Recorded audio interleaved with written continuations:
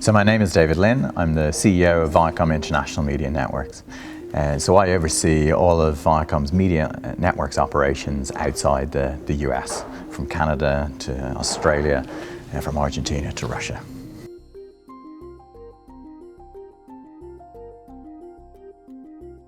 So obviously a lot of consumption is moving more to non-linear. And that's a trend that we're seeing across the whole industry.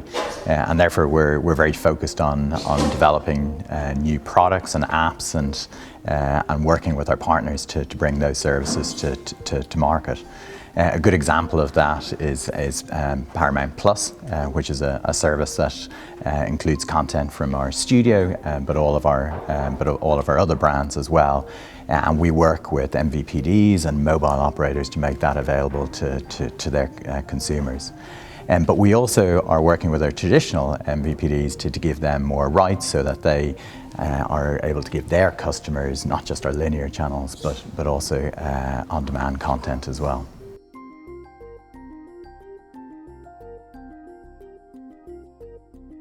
So Viacom recently acquired Pluto.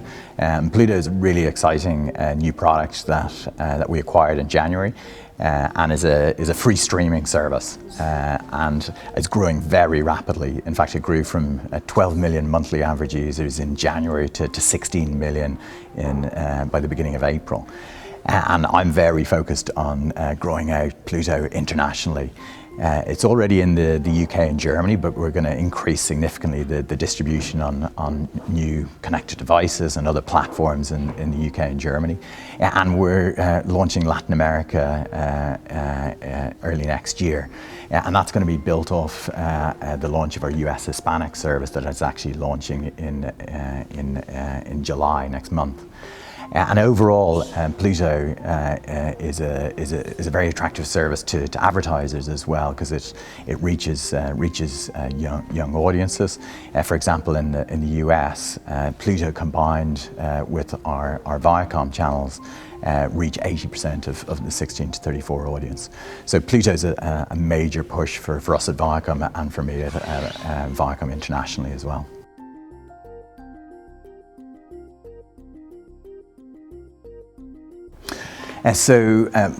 Increasingly, there's a global arms race for the best content.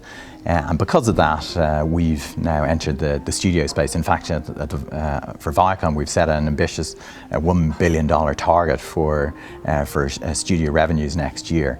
And that includes Paramount Pictures TV, but also internationally, we've launched Viacom International Studios. Viacom International Studios originated in Latin America, where we launched a studio on the back of our broadcaster Telefe in Argentina, and Porto dos Fundos, our comedy producer in Brazil. And it's got off to a very rapid start. We're only in year 2, and we're going to produce 1,000 hours of content there alone this year, primarily quality scripted content.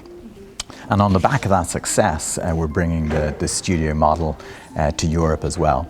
In the UK, we had Elephant House Studios, which was the Channel 5 production company essentially. We've now rebranded that as Viacom International Studios and started producing not just for Channel 5 and our pay networks, but for third-party clients as well.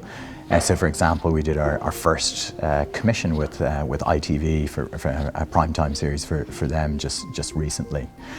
And now we're launching Viacom International Studios in Madrid, and that'll cater for platforms and broadcasters around Europe. So the studio strategy is growing fast for us and is a major priority.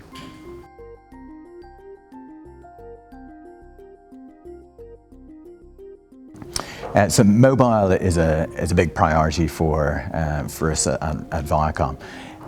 Increasingly, the mobile audience is becoming mobile first for video, and particularly with our brands, which with MTV, Comedy Central, Nick, we have a young target audience. So we need to be where that audience is. Now, we access the audience on mobile in 2 ways. Firstly, through our quad play relationships, with the likes of Sky and Telefonica. But increasingly, we're also accessing people who don't have traditional pay TV. And that's an area of the market that we've been growing fast over the last couple of years. In fact, we now have 24 deals in over 30 countries with mobile-only services. And as the world moves from 4G to 5G, I think the opportunity is only going to increase. 5G is going to enable better connectivity and better video streaming in the home, but it's going to be a step change in terms of video consumption outside the home. And of course, it's going to open up new opportunities in the space of immersive videos, AR and VR, and that's an area that we're just getting started on, but we're doing some really interesting experiments in that space. So we're speaking with a lot of mobile operators to help them with their 4G mobile strategy, but also thinking about how we can help them launch 5G and bring 5G to life for the consumer.